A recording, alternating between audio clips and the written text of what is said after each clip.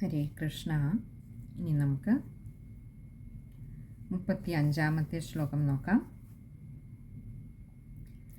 ഏവം ജന്മാനി കർമാണി ഹ്യകർത്തുരജനസ്യ ച വർണ്ണയന്തി സ്മ കവയോ വേദഗുഹ്യാനി ഹൃത്പതേ. ഏവം ജന്മാനി കർമാണി, ഏവം ഇപ്രകാരം, ജന്മാനി ജന്മങ്ങളെയും, കർമാണി കർമ്മങ്ങളെയും, ഹ്യകർത്തുരജനസ്യ ച, ഇവിടെ ഹി അകർത്തുഹു അജനസ്യ, ഇങ്ങനെ 3 വാക്കുകൾ ചേരുന്നതാണ് ഹ്യകർത്തുരജനസ്യ. ഹി എന്ന് പറഞ്ഞാൽ അവിടെ ഉറപ്പായിട്ട് പറയുകയാണ്, അങ്ങനെ തന്നെയായിട്ടുള്ള എന്നുള്ള അർത്ഥത്തിൽ. എന്താ? അകർത്തു, കർത്താവ് അല്ലാത്തവന്, കർമ്മങ്ങളൊന്നും ഇല്ലാത്തവന്, കർത്തൃത്വം ഇല്ലാത്തവന്. ഇതെല്ലാമാണ്. കർമ്മങ്ങളില്ല, യാതൊരു കർമ്മവും ചെയ്യുന്നില്ല, അതുകൊണ്ട് തന്നെ കർത്തൃത്വ ബോധമില്ല, ഞാൻ ചെയ്തു എന്നുള്ള ഒരു ഇതില്ല. അതുകൊണ്ട് തന്നെ കർത്താവുമല്ല, ചെയ്യുന്നവനുമല്ല. ചെയ്യുന്നവനല്ല, ചെയ്യുന്നു എന്നുള്ള തോന്നലില്ല, ചെയ്യുന്നുമില്ല. അങ്ങനെയുള്ള തന്നെയല്ല അജനസ്യ, ജനനമില്ലാത്തവന്. അപ്പോൾ ജനനവുമില്ല, കർത്താവല്ല, കർമ്മങ്ങൾ ചെയ്യുന്നില്ല, കർത്തൃത്വബോധവുമില്ല. അങ്ങനെയുള്ളവനായ ഈശ്വരന് പക്ഷേ ജന്മങ്ങളെയും കർമ്മങ്ങളെയും ഒക്കെ വർണ്ണയന്തി സ്മ എന്ന് പറഞ്ഞാൽ വർണ്ണിച്ചിരിക്കുന്നു. ആര്? കവയോഹോ, കവയഹ എന്ന് പറഞ്ഞാൽ കവികൾ വർണ്ണിച്ചിരിക്കുന്നു. വേദഗുഹ്യാനി, വേദങ്ങളിൽ ഗുഹ്യമായിട്ടുള്ള, രഹസ്യമായിട്ടുള്ള, ഹൃത്പതേ, അതിൽ രഹസ്യമായി ഹൃദയത്തിൻ്റെ പതിയായിട്ടുള്ള എന്ന് പറഞ്ഞാൽ അതിൽ അന്തർലീനമായിട്ടിരിക്കുന്നതായ, അന്തര്യാമിയായിരിക്കുന്നതായിട്ടുള്ള ആ ഭഗവാന്. നോക്കൂ, വേദങ്ങളിൽ അതീവ ഗുഹ്യമായിട്ടുള്ള, അതിൽ അന്തർലീനമായിരിക്കുന്ന, അന്തര്യാമിയായിരിക്കുന്ന, വേദങ്ങളിൽ അതല്ലാതെ ഒന്നുമില്ല, ഈശ്വരൻ മാത്രമാണുള്ളത്. ഓരോ അക്ഷരവും ഭഗവാനെ സൂചിപ്പിക്കുന്നതാണ്, ഭഗവാനെ നിർവചിക്കുന്നതാണ്, ഓരോ അക്ഷരത്തിലൂടെയും ഭഗവാനെ കാണിച്ചു തരുന്നതാണ്. അങ്ങനെയുള്ള ജനനമില്ലാത്ത, കർത്താവല്ലാത്ത, കർമ്മങ്ങളൊന്നും ചെയ്യുന്നില്ലാത്തതായിട്ടുള്ള ഭഗവാൻ. പക്ഷേ കവികളുടെ ഭാഷയിൽ ഭഗവാൻ കർമ്മങ്ങൾ ചെയ്യുന്നവനായി വർണ്ണിച്ചിരിക്കുന്നു, ജന്മങ്ങൾ ഉള്ളതായി വർണ്ണിച്ചിരിക്കുന്നു. ഓരോ അവതാരങ്ങളും ഭഗവാന്റെ ഓരോ ജന്മങ്ങളായി വർണ്ണിച്ചിരിക്കുന്നു. ഭഗവാന് ജന്മവുമില്ല, കർമ്മവുമില്ല. ഈ ജീവന് ജന്മകാരണം മായയാണ്, അവിദ്യയാണ്. ആ അവിദ്യയിലൂടെ ചെയ്യുന്ന കർമ്മങ്ങളാണ്, കർമ്മവാസനകളാണ്, കർമ്മപ്രാരബ്ധങ്ങളാണ് ജീവനെ വീണ്ടും വീണ്ടും ദേഹം സ്വീകരിപ്പിക്കുന്നത്. എന്നാൽ ഭഗവാനാകട്ടെ കർമ്മവുമില്ല, കർമ്മവാസനകളില്ല, ഗുണങ്ങളില്ല. ഭഗവാൻ നിർഗുണനാണ്. അതുകൊണ്ട് തന്നെ ജന്മങ്ങളുമില്ല. തന്നെയല്ല, എല്ലാ ജന്മങ്ങൾക്കും സാക്ഷിയായി നിൽക്കുന്നവനാണ്. അപ്പോൾ ഓരോ ജന്മത്തിനും ഹേതുവായി ഭവിക്കുന്നത്, ഓരോ ജീവനും അതിൻ്റെ ജന്മജന്മാന്തരങ്ങളായി ആർജിച്ച കർമ്മവാസനകളാണ്, പ്രാരബ്ധ കർമ്മങ്ങളാണ്. ഇതിലൊന്നും ഭഗവാന് യാതൊരു റോളുമില്ല. അവിടെയും സാക്ഷിയായി നിൽക്കുന്നതേയുള്ളൂ. അവരവരുടെ ഓരോ ജീവൻ്റെയും കർമ്മപ്രാരബ്ധമനുസരിച്ച് അതാതിൻ്റെ അനുയോജ്യമായിട്ടുള്ള ശരീരങ്ങളെ സ്വീകരിച്ചു പോകുമ്പോൾ ഭഗവാൻ സാക്ഷിയായി നിൽക്കുന്നു.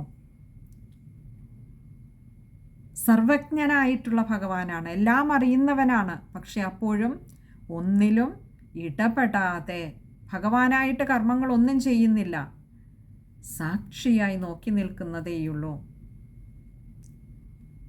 നമ്മളൊരു റെയിൽവേ സ്റ്റേഷനിൽ സ്റ്റേഷൻ മാസ്റ്റർ അവിടെ ഒരു ട്രെയിനും ഓടിക്കുന്നില്ല, ഒന്നും ചെയ്യുന്നില്ല. എന്നാൽ എല്ലാ സ്റ്റേഷനിലും നമുക്ക് കാണാം ഒരു സ്റ്റേഷൻ മാസ്റ്ററെ സാക്ഷിയായിരിക്കുന്നു. ധാരാളം ട്രെയിനുകൾ വരുന്നു പോകുന്നു, അതൊക്കെ ഓടിക്കുന്നത് അതാത് ട്രെയിനിലുള്ള ലോക്കോ പൈലറ്റുകളാണ്. അതിൽ ആ ട്രെയിൻ ഓടിക്കുവാൻ നിയോഗിക്കപ്പെട്ടിട്ടുള്ള വ്യക്തികളാണ്. ഇതിലൊന്നും സ്റ്റേഷൻ മാസ്റ്റർക്ക് യാതൊരു റോളുമില്ല. എന്നാൽ ഈ വരുന്നതും പോകുന്നതും എല്ലാം അറിയുന്നുണ്ട്, എല്ലാത്തിനും സാക്ഷിയായി നിൽക്കുന്നുമുണ്ട്. ഇതുപോലെയാണ് ഭഗവാൻ അങ്ങനെ കർമ്മങ്ങളൊന്നും ചെയ്യുന്നില്ല, ജനനവുമില്ല, അങ്ങനെ വെറുതെ നിൽക്കുകയാണ് സാക്ഷിയായിട്ട്. എല്ലാം അറിയുന്നവനാണ് സർവജ്ഞനായിട്ടുള്ള ഭഗവാൻ. അങ്ങനെ ഓരോ ജീവൻ്റെയും ഓരോ ദേഹവും സ്വീകരിച്ചുകൊണ്ടുള്ള അതാതിൻ്റെ കർമ്മ പ്രാരബ്ധമനുസരിച്ച് ഏതൊക്കെ ട്രാക്കിലൂടെ പോകണം, ഏതൊക്കെ സ്ഥലങ്ങളിലൂടെ പോകണമെന്ന് നിശ്ചയിക്കപ്പെട്ടിട്ടുള്ളത് കൊണ്ട് തന്നെ അതങ്ങനെ ഓടിക്കൊണ്ടേയിരിക്കുന്നു. ഒരു സ്റ്റേഷനിൽ നിന്നും അടുത്ത സ്റ്റേഷനിലേക്ക്, ഒരു ദേഹത്തിൽ നിന്നും അടുത്ത ദേഹത്തിലേക്ക് അതിൻ്റെ പ്രയാണം അങ്ങനെ തുടർന്നുകൊണ്ടേയിരിക്കുന്നു ഓരോ ജീവനും. ഇതെല്ലാം കണ്ടും കേട്ടും അറിയുന്ന ഒരാളായി സാക്ഷിയായിട്ട് ഭഗവാൻ അങ്ങനെ കുടികൊള്ളുന്നു. ഇങ്ങനെയുള്ള ഭഗവാൻ, നിത്യമുക്തനായിട്ടുള്ള സർവജ്ഞനായിട്ടുള്ള ആ ഈശ്വരനെ നമ്മൾ സർവാത്മന ആശ്രയിച്ചാൽ ഈ ജീവൻ്റെ ബന്ധമൊക്കെ നശിച്ചു മുക്തനായി തീരുവാനും കഴിയും. ഭഗവാന് കർമ്മങ്ങളില്ല, ജന്മങ്ങളില്ല. ജീവൻ മുക്തനായിട്ടുള്ള ഭഗവാനെ ആശ്രയിച്ചാൽ മാത്രമേ ജീവൻ മുക്തി നമുക്ക് കൈവരികയുള്ളൂ. അതല്ലാതെ മറ്റെന്തിനെ ആശ്രയിച്ചാലും അതിൻ്റെ ഗുണദോഷങ്ങൾ നമ്മളിലേക്ക് വന്നു ചേരും. നമുക്ക് ഒരു 10 രൂപ വേണമെങ്കിൽ അതുള്ള ഒരാളിൽ നിന്നേ നമുക്ക് വാങ്ങുവാൻ കഴിയുകയുള്ളൂ. അതില്ലാത്ത ഒരാളിൽ നിന്ന് നമുക്കത് ലഭിക്കുകയില്ല. അപ്പോൾ ജീവൻ മുക്തിയാണ് നമ്മുടെ ലക്ഷ്യമെങ്കിൽ അത് നൽകുവാൻ പ്രാപ്തനായിട്ടുള്ള ഒന്നേയുള്ളൂ ജീവൻ മുക്തനായിട്ടുള്ള ഒരാൾ. ആ ഈശ്വരനെ സർവാത്മന നമ്മൾ ആശ്രയിച്ചാൽ നമുക്കും ജീവൻ മുക്തനായി തീരുവാൻ കഴിയും. ഭഗവാൻ സർവ്വതിൻ്റെയും അന്തര്യാമിയായിരിക്കുന്നു, സർവഭൂതങ്ങളിലും കുടികൊള്ളുന്നു ഭഗവാൻ. എന്നാലാകട്ടെ ജന്മാദി വികാരങ്ങളൊന്നുമില്ലാത്തവനാണ് ഭഗവാൻ. ഈ ദേഹങ്ങളിലൊക്കെ അന്തര്യാമിയായിരിക്കുമ്പോഴും ഭഗവാൻ അകർത്താവാണ്. കർമ്മങ്ങളൊന്നും ഭഗവാൻ ചെയ്യുന്നില്ല, യാതൊരു കർമ്മങ്ങളിലും ഭഗവാൻ ഇടപെടുന്നില്ല. ഭഗവാൻ അങ്ങനെ സാക്ഷിയായിരിക്കുകയാണ് ചെയ്യുന്നത്. ഇത് തന്നെയാണ് വേദങ്ങൾ മുഴുവൻ പ്രതിപാദിക്കുന്നത്. നമുക്ക് ഇന്നത് എന്ന് ചൂണ്ടിക്കാണിച്ചു തരുവാൻ,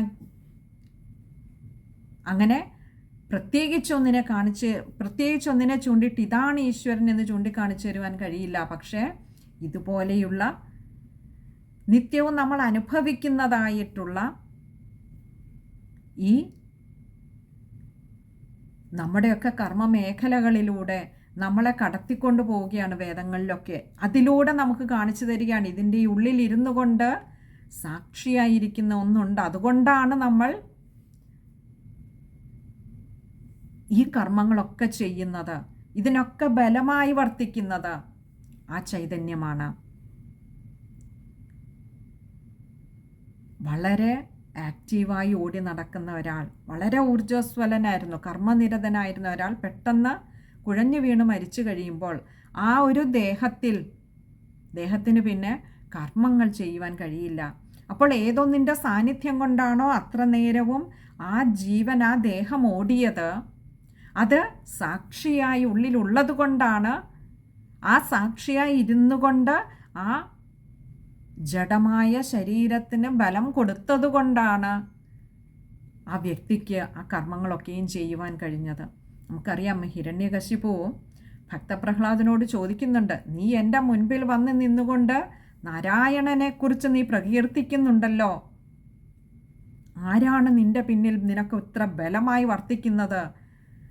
ഈ 3 ലോകങ്ങളിലും എൻ്റെ നേരെ നിന്ന് ഹിരണ്യായ നമ എന്നല്ലാതെ നാരായണായ നമ എന്ന് പറയാൻ ആർക്കും ധൈര്യമില്ല. നിനക്ക് എവിടെ നിന്ന് കിട്ടി ഈ ബലം എന്ന് പറയുമ്പോൾ ഭക്തപ്രഹ്ലാദൻ പിതാവിനോട് പറഞ്ഞു കൊടുക്കുന്നുണ്ട്. ബലം മേ വൈകുണ്ഠ തവ ച ബലം ജഗതാം ച അപി. ഈ ജഗത്തിന് മുഴുവനും അങ്ങയ്ക്കും എനിക്കും ബലമായി വർത്തിക്കുന്നത് ആ വൈകുണ്ഠനാഥനാണ് എന്ന് പറയുന്നുണ്ട്.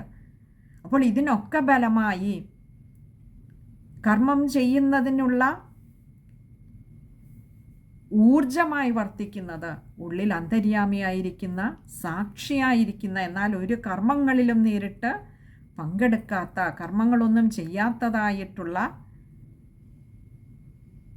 ആ ഭഗവാനാണ്. ആ ഭഗവാനെ ആശ്രയിക്കുകയേ വേണ്ടൂ. ഈ കർമ്മബന്ധങ്ങളൊക്കെയും അറ്റുപോകുന്നതിന്, ഈ ജീവന് ഈ സംസാര ബന്ധനങ്ങളിൽ നിന്നും മുക്തി നേടുന്നതിന്. അങ്ങനെ ജന്മഹീനനായ, കർമ്മഹീനനായ ഭഗവാനെ ആശ്രയിക്കുന്നവർക്ക് ജന്മങ്ങളിൽ നിന്നും കർമ്മങ്ങളിൽ നിന്നും മുക്തി നേടുവാനാകും എന്നുകൂടി ഈ ഒരു ശ്ലോകം നമ്മളെ ഓർമ്മിപ്പിക്കുകയാണ്. നമുക്ക് ആ ശ്ലോകം ഒന്നുകൂടി നോക്കാം. ഏവം ജന്മാനി കർമാണി ഹ്യകർത്തുരജനസ്യ ച വർണ്ണയന്തി സ്മ കവയോ വേദഗുഹ്യാനി ഹൃത്പതേ. ശ്ലോകം വായിക്കുമ്പോൾ ശ്രദ്ധിക്കേണ്ട കാര്യങ്ങൾ: ഹ്യകർത്തുരജനസ്യ, ഹി അകർത്തു, അതുകൊണ്ട് തന്നെ ഹ്യ എന്ന അക്ഷരത്തിന് ആകാരം കൊടുത്ത് വായിക്കുക. അതുപോലെ ഹ്യകർത്തുരജനസ്യ, ര എന്ന അക്ഷരത്തിന് ആകാരം കൊടുക്കുക. അജനസ്യ ആണ്. പിന്നെ അടുത്തത് ഹൃത്പതേ, അവിടെ വിസർഗമുണ്ട്, പകുതി ഹകാരത്തിൽ വായിക്കുക. ഇത് ഇത്രയും കാര്യങ്ങളാണ് ആ ഒരു ശ്ലോകം വായിക്കുമ്പോൾ ശ്രദ്ധിക്കേണ്ടതായിട്ടുള്ളത്. സത്യത്തിൽ ഈ അവിദ്യ അല്ലെങ്കിൽ മായ എന്ന് പറയുന്നത് നമ്മളിൽ നിന്ന് തന്നെ മറയ്ക്കുന്ന ഒന്നാണ്. നമ്മൾ എന്താണോ ശരിയായിട്ടുള്ള തൻ്റെ ഉള്ളിലെ ബലം, താൻ എന്ന ആ ഒരു ചൈതന്യം, ഞാൻ എന്ന് നമ്മുടെ ഓരോരുത്തരുടെയും ഉള്ളിലിരുന്ന് സ്ഫുരിക്കുന്നതായിട്ടുള്ള ആ ചേതസ്, ആ ചൈതന്യം, അതിൻ്റെ മഹത്വത്തെ നമ്മളിൽ നിന്നും മറയ്ക്കുന്നതാണ് മായ എന്ന് പറയുന്നത്. ഭഗവാനെ മറയ്ക്കുവാൻ മായയ്ക്കാവില്ല. പക്ഷേ ഈ ജീവനെ സത്യത്തിൽ നിന്നും മറച്ചു നിർത്തുകയാണ്. ഭഗവാന്റെ മുന്നിൽ മായയ്ക്ക് പോലും വർത്തിക്കുവാനാവില്ല. എന്നാൽ സൃഷ്ടിക്കപ്പെട്ട ഓരോ ജീവനും ആ ഭഗവാനെ കാണാൻ അല്ലെങ്കിൽ അനുഭവിക്കുവാൻ, അറിയുവാൻ കഴിയാതെ പോകുന്നതിന് കാരണം ആ ജീവൻ്റെ ഉള്ളിൽ നിറഞ്ഞിരിക്കുന്ന ഈ ഒരു അവിദ്യയാണ്, മായയാണ്. ആ മായയെ നീക്കുവാനും മായയ്ക്കതീതനായ ഭഗവാനെ തന്നെ ആശ്രയിക്കുകയേ വേണ്ടൂ. കാരണം അവിടെ മായയ്ക്ക് വർത്തിക്കുവാനാവില്ല. നമ്മൾ ഒരു കൊച്ചുകുട്ടി ചിലപ്പോൾ ചെറിയ ചെറിയ കാര്യങ്ങളിൽ പോലും ഭയപ്പെടാറുണ്ട്. ചില കുട്ടികൾക്ക് പട്ടി കുരയ്ക്കുന്നത് കേട്ടാൽ ഭയമാണ്. കുട്ടി വല്ലാതെ കരയും. കുട്ടി ഓടി എന്താ ചെയ്യുക? അച്ഛൻ്റെയും അമ്മയുടെയും അടുത്തെത്തും. എന്താ? പട്ടി കുരയ്ക്കുന്നതിനെ അവരെ ഭയപ്പെടുത്താൻ, ആ പട്ടി കുരയ്ക്കുന്ന ശബ്ദത്തിന് മാതാപിതാക്കന്മാരെ ഭയപ്പെടുത്തുവാൻ കഴിയില്ല.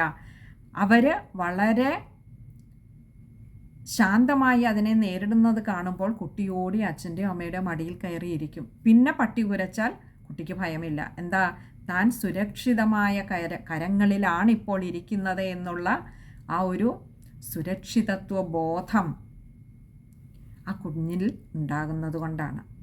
അപ്പോൾ ഇതുപോലെ നമ്മളൊക്കെ മായയിൽ പെട്ട് കിടക്കുന്നുണ്ടെങ്കിൽ മായ ഏൽക്കാത്ത, മായയുടെ പ്രഭാവം ഉണ്ടാകാത്ത ഒന്നിനെ ആശ്രയിക്കുകയാണ് വേണ്ടത്. മായയിൽ നിന്നും മായയുടെ പിടിയിൽ നിന്നും രക്ഷപ്പെടാൻ. അതിനെ പൂർണ്ണമായും ആശ്രയിക്കുന്നത് എങ്ങനെയാണ്? അറിവ് കൊണ്ട്, ശരിയായ ബോധം കൊണ്ട്, സച്ചിന്തകൾ കൊണ്ട്. അങ്ങനെ അതിലൂടെ മാത്രമേ ആ ഈശ്വരനെ നമുക്ക് ആശ്രയിക്കുവാൻ, അറിയുവാൻ കഴിയുകയുള്ളൂ.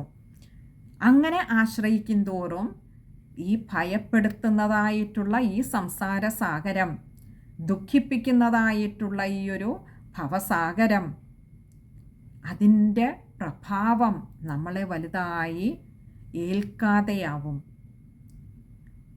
അങ്ങനെ പതിയെ പതിയെ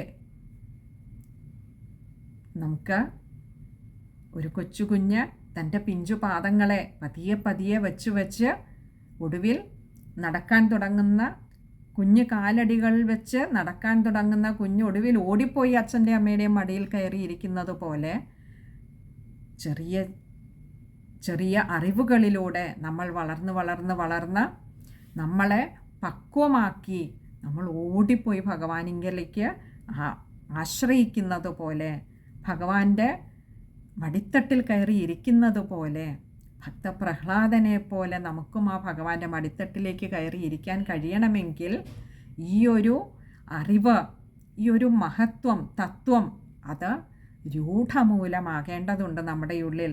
ബാഹ്യമായ ഒന്നിനെയും ആശ്രയിക്കാത്ത വിധത്തിലേക്ക് നമ്മൾ വളരേണ്ടതുണ്ട്. ഇന്ന് പലതിനും നമ്മൾ ശാന്തിയായാലും സമാധാനമായാലും സന്തോഷമായാലും എല്ലാം നമ്മളിന്ന് ബാഹ്യമായ ലോകത്തിൽ അത് തേടി നടക്കുമ്പോൾ നമ്മൾ അറിയേണ്ടതുണ്ട്, ബാഹ്യമായ ലോകത്തിൽ നിന്ന് കിട്ടുന്നതൊക്കെ ക്ഷണികമാണ്.